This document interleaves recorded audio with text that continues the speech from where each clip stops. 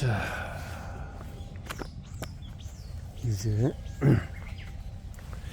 땅에서 나는 비트적 모두를 위한 음식은 아니다. 인터넷에 비트 효능에 대한 게시물이 많이 있더군요. 실제로 건강성에 유등이 많아서 해독주스로 많이 알려진 비트즙.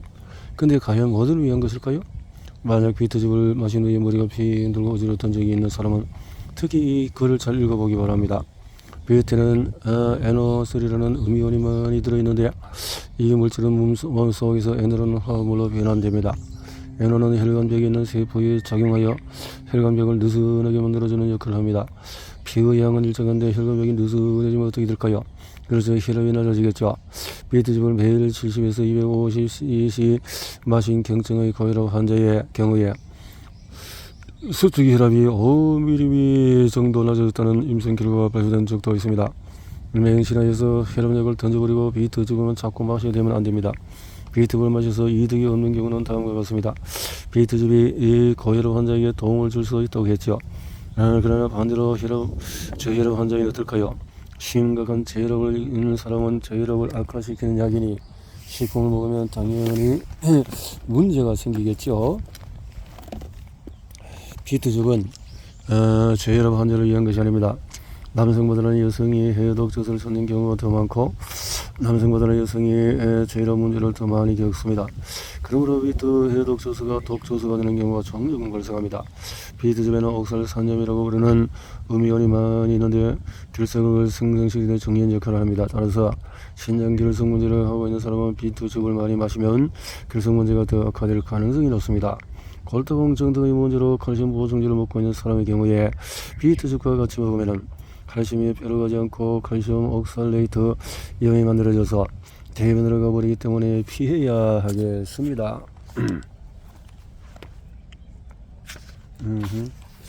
자, 칼슘 섭취를 위해서 계란 껍질을 먹어도 된다고? 뭐야? 계란 껍질 먹는다고? 잘못 이야기한 거 아니야? 제대로 드신 것 같습니다. 계란 껍질은 CaCO3가 주 성분입니다. CaCO3는 저기 껍질의 주 성분이기도 하고 석회암 등을 이루는 성분이기도 하죠.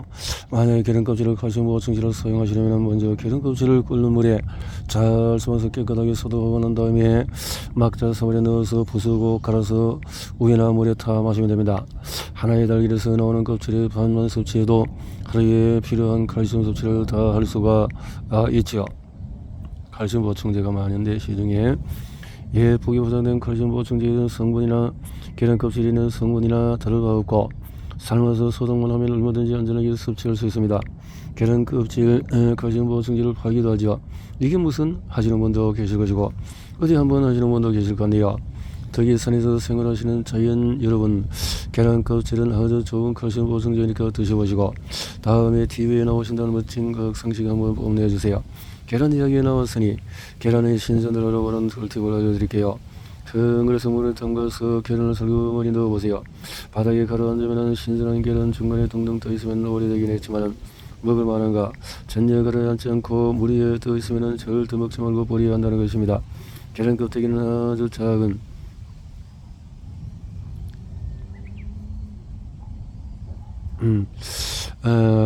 수정란의 경우에는 병아리가 태어나게 되는데 병아리가 숨을 쉬어야 하니까요.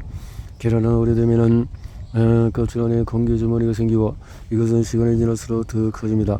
마치 우리가 수영장에서 튜브를 몸에 끼우고 있으면은 물속에서 잠수를 할 수 없듯이 계란도 공기 주머니가 커지면 커질수록 부력이 커져서 더 수면 쪽으로 가게 됩니다.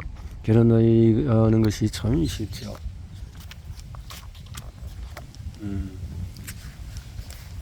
두면은 안 된다. 진짜 악당은 MSG가 아니라는 사실. 다섯 번째, 맛을 알려진 감칠맛으로는 우마미라고 합니다. 우마미, 글루타민산은 우리 몸이 스스로 만들어낼 수 있는 아미노산으로 다양한 생체 반응에 사용되는 화합물입니다. 우리 몸 안에 자연으로 존재하는 물질은 어디나 뚝 떨어진 물질은 아니라는 것입니다. 이 글루타민산은 중성 조건물에서 H불에서 떨어져 나가면서 일과 음이온인 글루타메이트 상태로 존재합니다. 글루타민산과 물에 녹는 글루탐산이 이 중성에서 존재하는 상태는 오른쪽에서 음이온 글루메이트 양이온 NA가 만난 구조가 글루탐산나트륨입니다. 거체 MSG가 물에 넣으면 다시 Na 플러스 글루타메이트로 구조로 변합니다. 다시마를 우리는 국물은 글루탐산을 다량 함유하고 있습니다. 천년 다시마를 끓인 국물의 글루탐산이 조미료 MSG나 우리 몸에서의 작용은 다를 바가 없습니다. 글루탐산 상태로 보관하는 것보다도 여민 MSG 상태로 보관 유통하는 것이 더 편리합니다. 따라서 우리는 마트 가판대에서 MSG를 만나게 되는 것이죠. 다만 시중에 관한 합성점이라 MSG는 다시마와 같은 식품을 우려내서 얻는 것이 아니라 사탕수수, 사탕후에서 나오는 포도당의 발효 반응을 통해 대량 생산하여 얻습니다. 이 미생물을 이용한 효소 과정은 요거트와 인식조 등을 만드는 과정과 다를 바 없습니다. FDA에서는 MSG를 먹어도 문제가 없는 그라스 물질로 인정하고 있습니다. 수많은 동물진흥과 인체를 대상으로 한 실험에서 MSG는 특별한 문제를 일으키지 않습니다. MSG에 아주 민감한 사람들의 경우에 한 번에 3g 정도를 먹었을 때 메스걸에서 두통, 어지러움, 혈감 등의 부작용이 일어날 수 있다고 해요. 그런데 한 번에 3g MSG 먹기는 거의 불가능하죠. 이러한 부작용이 있는 경우도 MSG가 들어간 식품을 먹지 않으면 증상이 사라지고 이체가 지속적인 해를 끼치지는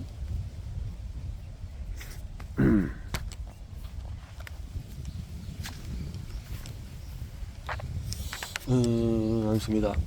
MSG가 식욕을 억제한다는 연구 결과가 있는가 하면 거꾸로 비만을 유도한다는 결과도 있습니다. 그러나 이런 연구들에 의해 표본의 선정, 연구, 진행 등의 의구심이 드는 경우가 많다는 것을 알 필요가 있습니다. 아직까지 MSG가 인체에 확실하게 나쁜 영향을 끼친다는 결과는 없습니다. 제 생각에는 MSG는 너무 악당치고 할 필요는 없을 것 같습니다. 실제로 누린다거나 뭐 이렇게 MSG에 대한 것이 그래 화학적으로 또 그렇게 보일 수가 있다는 건가요? 스테비아 토마토는 어떻게 재배하는 걸까? 스테비아는 단맛 나는 건데 우리 몸은 이런 스테비아 걸러서 스테비아는 단맛만 내고 스테비아를 이용해서 과일의 단맛을 형성시키는 농업은 꽤 오래전에 있어 왔습니다. 그래서 토마토 하나에 240mg 스테비아를 재배하는 것은 불가능해 봅니다. 따라서 싫어할 것이라고. 나물반찬은 왜 빨리 상할까? 오히려 온도에서 물기를 많이 함유하는 단백질, 지방, 당분이 골고루 갖추는 식품을 밀봉하지 않고 상온에 오래 둔다면 세균이 잘 증식할 수 있겠죠. 우리가 먹는 고설이 청나리 고설이는 100g 중에서 단백질이 4.5, 조선에는 3g. 우리가 나물이라 부르는 식물들이 단백질 함량이 꽤 높습니다. 생고설이나 느타리버섯은 물기를 많이 함유하고 있죠. 고설이나 느타리버섯을 먹었을 때 신맛은 나지 않죠. 저산성도 높지 않은 그러니 고설이나 물이나 느타리버섯 볶음을 상온에 오래 두면 상할 확률이 높습니다. 이런 식품을 먹을 만큼 요리에서 드거나 명절에는 음식을 많이 하고 또 남은 음식을 여럿이 나누기도 하는데 명절에도 먹을 만큼만 적당량 요리하고 남은 음식은 빨리 소진하는 것이 좋습니다.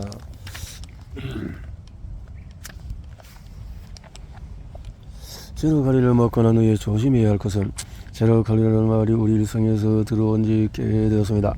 열량은 없으나 단맛을 내는 인공 또는 천연 감미를 이용하여 만든 제품으로 통칭하여 제로칼로리 식품이라고 그러죠. 이러한 감미로는 우리 몸이 소화시켜서 저소화 요소가 없어서 열량을 빼낼 수가 없습니다. 그러니 단맛인데 제로칼로리가 되는 것입니다. 흔하게 쓰이는 인공감미에는 아스파르탄, 스크랄로스 그리고 요즘 보기 힘든 스카린이 있습니다.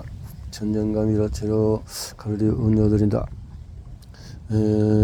수소원자 H2 냄새가 인공담미로 걸리는 단순한 인공담미로 문제가 단맛 수용체와 강한 수속이라고 해서 아주 단맛을 느끼게 하는 것이죠.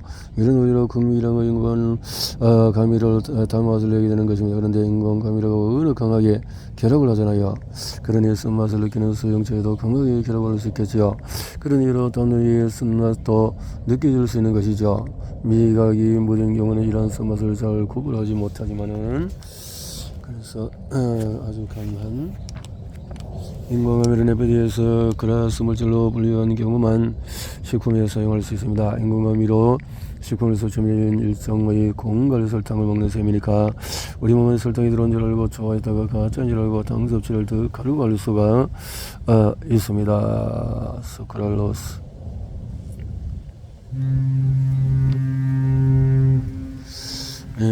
스파르탄 화학적인 구조가 있다. GMO 음식을 너무 무서워하는 분들에게 GMO 병충해 GMO 들어오는 크기도 가진 가스나 원래 생명력 없는 가져와서 집어넣었기 때문에 어떠한 짓을 모른다라는 것이죠.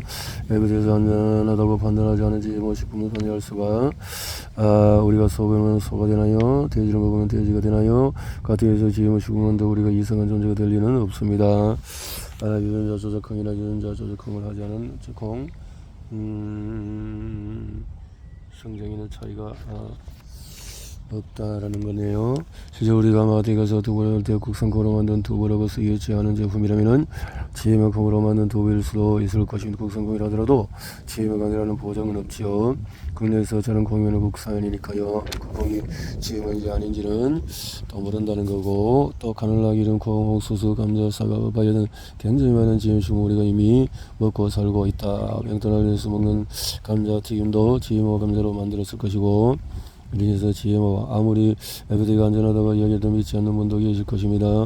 이분들은 GMO 음식을 피해서 드시면 됩니다. 신념이서로 다른 경우에 싸울 필요는 없다. GMO 작물의 장수도 아주 크다고 생각합니다. 우리가 GMO 작물을 기르지 않는다면은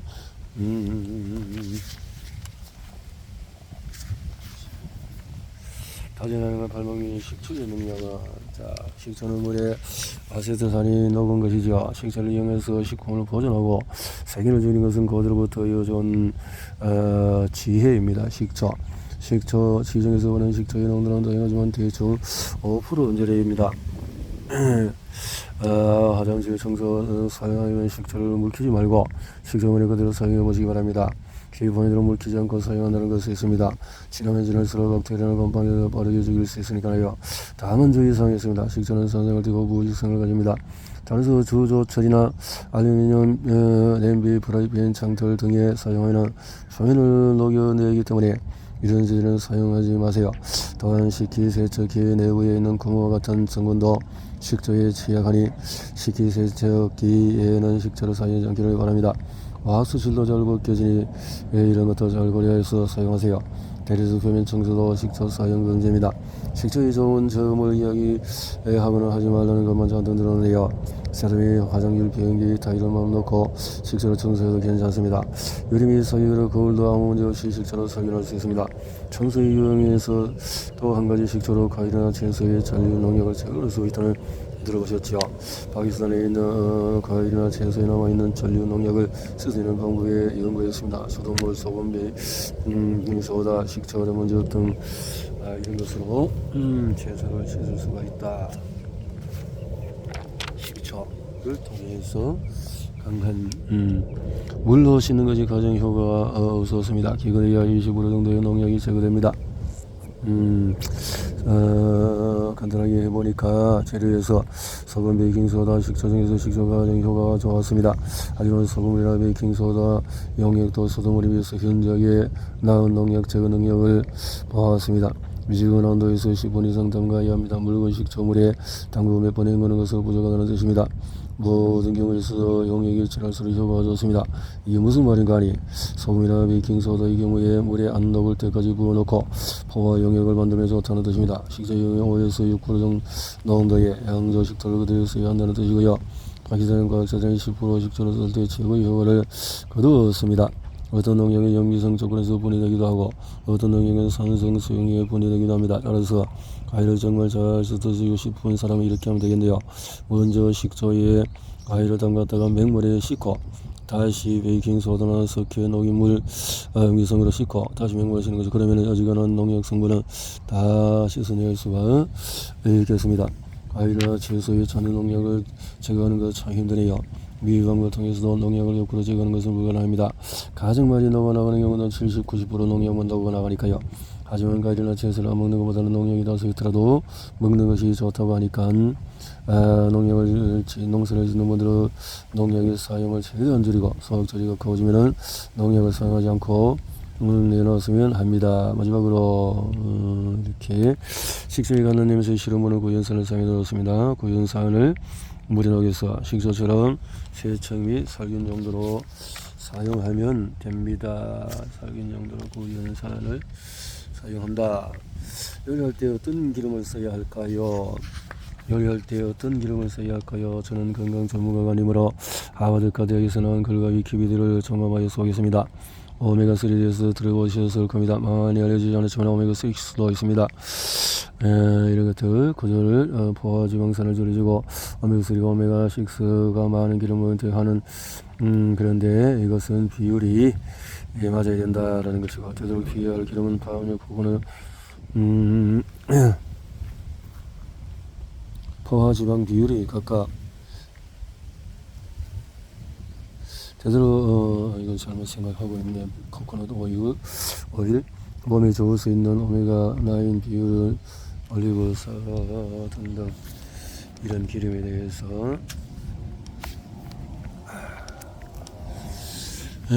아래 기름이 좋은지 안 좋은지 구분이 안 가죠. 하지만 이 기름은 오메가6가 아주 좋은 공급에 피할 이유는 없습니다. 그렇다고 숟가락으로 막 퍼부으면 안 됩니다. 살찝니다. 콩기름 버릇이 등등등등.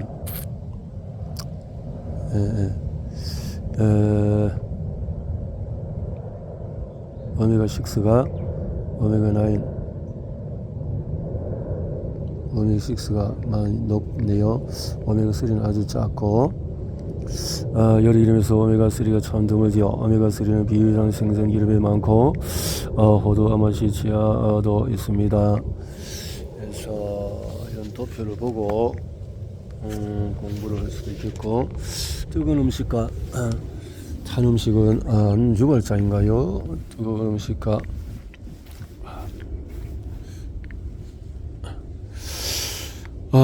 우리 몸은 다양한 생체의 고분자를 하고 있습니다. 우리 몸은 세포도 마찬가지입니다. 세포 속에 있는 분자들의 구조가 높은 온도에 의해서 변성이 되면 세포는 죽을 수 있습니다.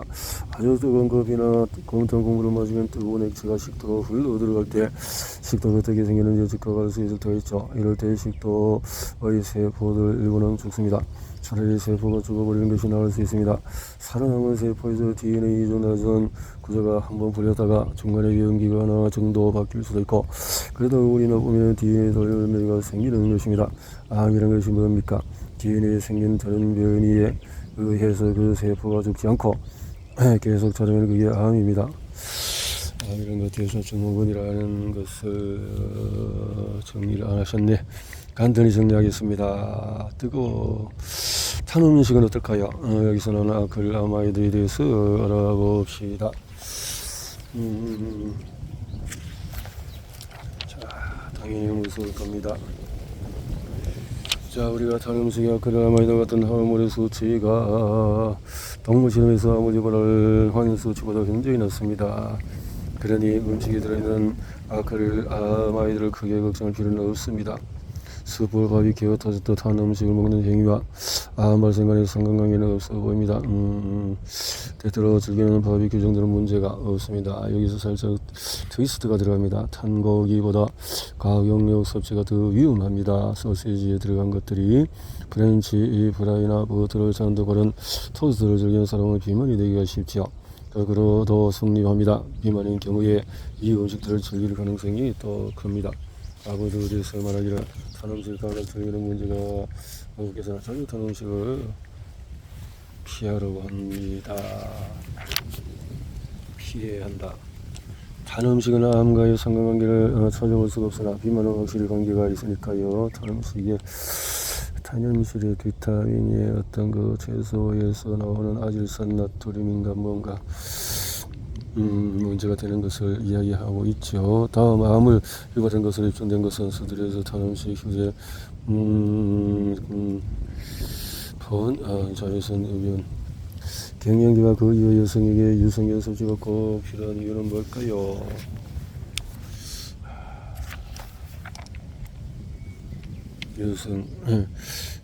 갱년기 여성들에게 필요한 것이 뭘까요? 이번에 천연 비타민을 먹을까 합성 비타민 먹을까 했는데 합성 비타민이 유기농 아니냐? 이제 옥수수 유전자를 조작한 GMO 옥수수가 아니고 유기농 버무리는 옥수수이면 유기농 합성 비타민 GMO 옥수수에서 만들면 일반 합성 비타민이 되겠지요. 화학적인 관점에서 봤을 때 GMO 옥수수에 만들었건 유기농 옥수수에서 만들었건 포도당 같은 포도당이고 기를 때 사용했던 농약성분은 다 제거되었을 것이니 더러 차이는 없습니다. 일단 비타민 C는 전국에서 만듭니다. 천연비타민, 그러면 천연비타민 뭘까요? 말 그대로 천연입니다. 별 그대로 드시면 되겠지요. 물론 천연비타민을 섭취할 때 합성비타민을 섭취할 때 차이가 있습니다.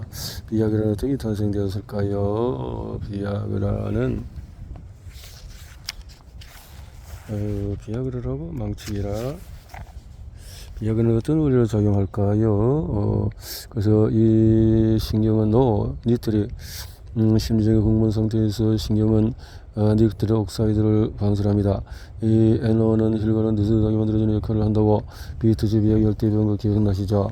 이 NO는 남성의 혈관 상피 세포에 비어있는 부드러운 근육 세포로 들어가서 GMP라는 물질을 만드는데, 이 물질이 많으면 혈관은 느슨해지고 피가 가득 차서 남성은 성적인 준비가 상태가 되는 것입니다. 이 물질의 양이 많은 채로 유지가 되면 성적 준비가 상태가 지속되지만, 이 물질이 근육 세포에서 빠져나가면 원래대로 돌아가는 것입니다. 비아그라는 이 CGMP를 분해하는 요소를 작동하지 못하게 합니다. 시알리스나 다른 또 용도의 약들도 같은 원리로 작동합니다. 비아그라의 농도가 충분히 유지되는 한 농도도 충분히 높은 상태로 유지되며 준비도 지속되는 것입니다. 이제 이 약의 원리 용도와 작동 원리를 공부해서 주의할 점은 생각해 봅시다. 이 약이 원래 고혈압을 치료하기 위해 개발되었다는 것을 안다면 무엇을 조심해야 하는지도 알 수 있습니다. 특히 다음의 경우에 본인의 여당은 반드시 살펴보고 해야 할 것이다. 이미 고혈압 약을 처방받고 있다면 약을 사용하기 전에 상의해야 할 것이다. 그 연호의 방출량을 복용했던 마찬가지로 문제가 있을 수 있다라는 거죠. 자, 전립선약이 어떻게 탈모인이 희망이 되었나? 남자인데 참 좋은데, 남자인데 정말 좋은데, 테스토스테론, 모낭만 살아있으면 머리털이 다시 난다.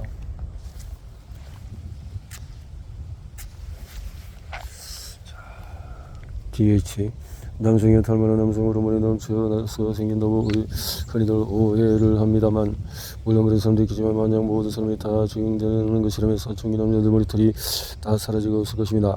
사춘기의 남성 호르몬의 분비가 가장 많이 말입니다. 안타깝게도 탈모는 모낭의 남성 호르몬 성시가 너무 민감해서 반응해서 생기는 것입니다.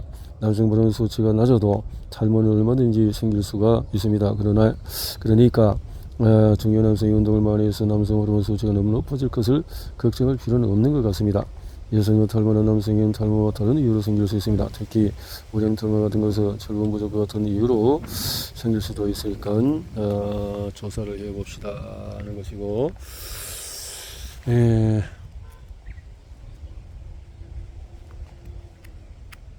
그래서 여성 피임약을 남성이 대신 먹어준다고? 타이레놀이 남성 가리나? 그냥 아무 데나 먹는 거지. 피임약을. 여성 피임약의 조성물은 에스트로겐과 프로게스테론입니다. 난자를 승소하고 배란 착공 도와주는 것이 있지요.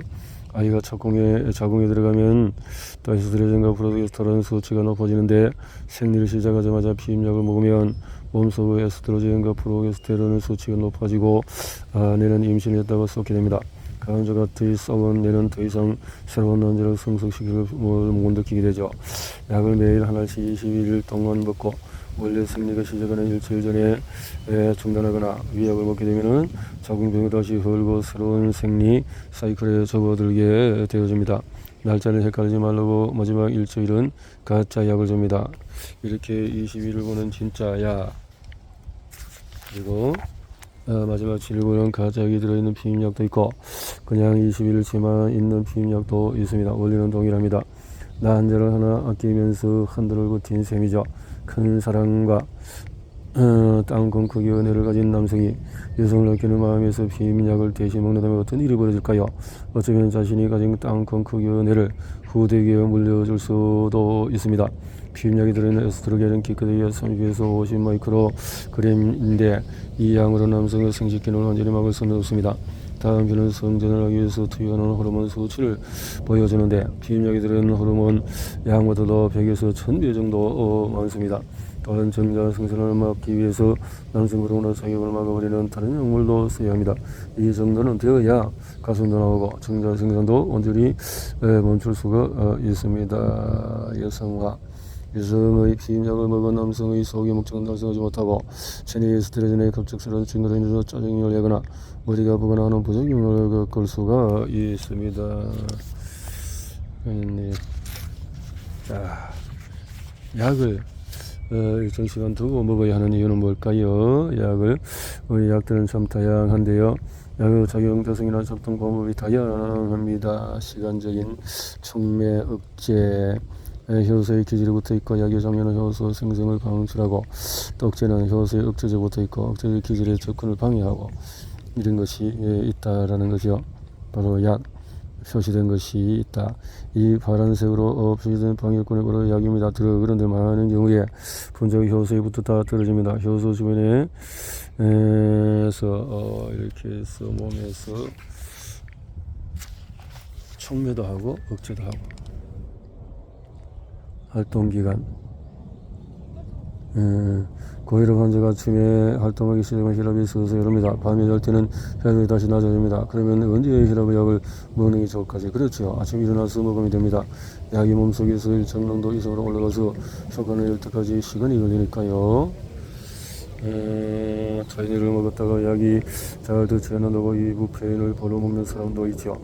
이 병원에서 지은 약 한 봉투를 다 먹고 마음에 안 든다고 전에 지어둔 약을 한 번 더 먹는 사람도 있을 겁니다. 자신의 간을 속이는 행위일 뿐입니다. 의사나 약사는 병의 치료와 약의 성질에 대해 동료는 사람입니다. 꼭 말을 들으세요. 몰핀, 니코틴, 몰핀, 카페인의 정동체만 중독성이 있다. 흉물이 만들어낸다. 아무리 많이 섭취하면 죽는다. 몰핀, 니코틴, 카페인 모두 정답입니다. 마약 성분이니까요. 몰핀, 니코틴. 알약 하늘에 들어있는 분자액에서는 혈압약의 경우에 용량이 10mg 같이 양이 별로 안 되는 것처럼 보이는 약도 있습니다. 10mg에는 1g의 100분의 1입니다. 그러나 이 약들의 분자량이 비타민 C의 분자량 근처라고 생각하고 계산해보나 약물이 세포를 구분하지 않고 들어가는 경우라도 대략 세포 하나당 100만 개가 되는 분자가 들어가야 됩니다. 10mg 알약이 성인의 수축기 혈압 150을 220까지 떨어뜨린다고 해봅시다. 이러한 혈압약은 몸무게 5kg도 안 되는 강아지가 주워 먹게 되면 어떻게 될까요? 저혈압으로 바로 사망에 이를 수 있습니다. 실제로 혈압약 14개를 먹고 15세의 소녀가 사망한 경우도 있습니다. 평소에 우리가 건강보조제나 병원 처방약을 아무런 생각 없이 취하고 있지만 몸의 세포 하나에 들어가는 분자액의 수를 생각해 본다면 좀 더 주의해서 복용해야 되지 않을까 생각을 합니다.